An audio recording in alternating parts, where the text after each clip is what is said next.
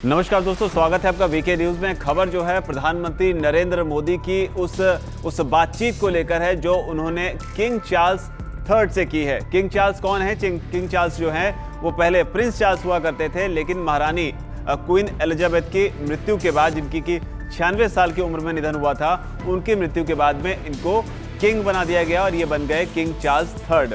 और अब इन्होंने प्रधानमंत्री नरेंद्र मोदी से, यानी कि भारत के प्रधानमंत्री से बात की है। ऐसे में कई लोग जानना चाहते हैं कि जब किंग चार्ल्स थर्ड और पीएम मोदी के बीच में बातचीत हुई तो इन दोनों के बीच आखिर क्या बात हुई, और इसे ही लेकर अब जानकारी निकलकर सामने आ गई है, जिसमें कई सारी बातें सामने आई हैं कि आखिर पीएम मोदी ने किंग चार्ल्स को क्या कहा।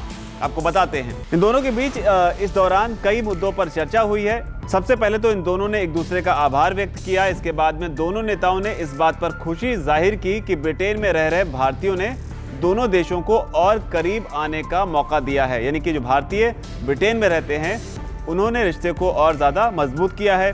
साथ ही ये भी कहा है प्रधानमंत्री नरेंद्र मोदी और किंग चार्ल्स की इस बातचीत में कॉमनवेल्थ देशों के समूह और इसके संचालन को मजबूत करने पर भी इस दौरान चर्चा की गई।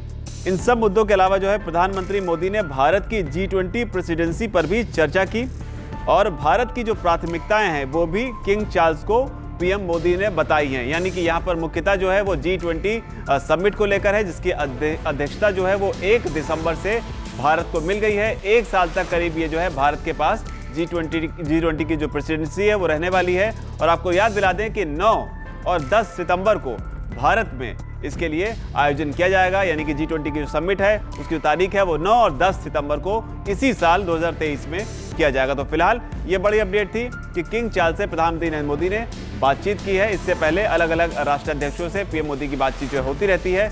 ये बातचीत जो है अहम थी क्योंकि उनके किंग बनने के बाद ये पहला मौका था जब उन्होंने भारत के प्रधानमंत्री से नरेंद्र मोदी से बातचीत की है।